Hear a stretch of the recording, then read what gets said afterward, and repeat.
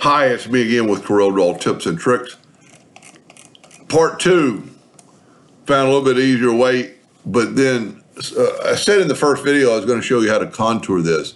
Contour just really doesn't work. Well, it does, but it doesn't make it that good. And so I am going to do this a little bit different. I'm going to change this to my 6-point line now. And I'm going to go to Object and convert the outline to an object, left click, no fill, right click, outline. And you see what we got, and so to me it's a lot easier now just to weld it and you got that shape. But we still have the flat corners.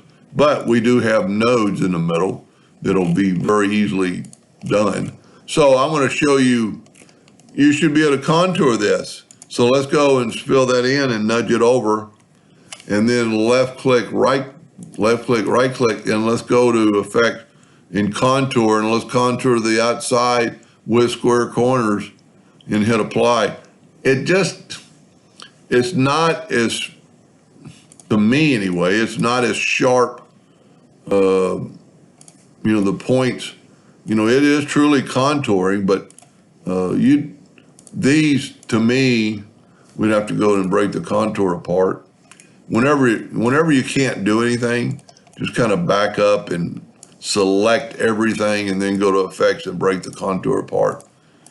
There are some nodes here we could try to delete. And that really looks pretty good. You would need to make sure you don't delete that blue one. And, just by really. So the contour tool might really work in this case.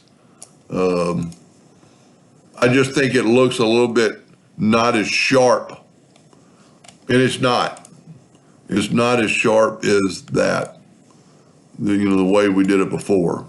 So contour tool doesn't really work. It does in a way, and maybe if I would have contoured it, no, if you contoured it less, it's just still not going to be as sharp. It's just not going to be as tall. But anyway, I hope that helped a little bit. Thank you for watching.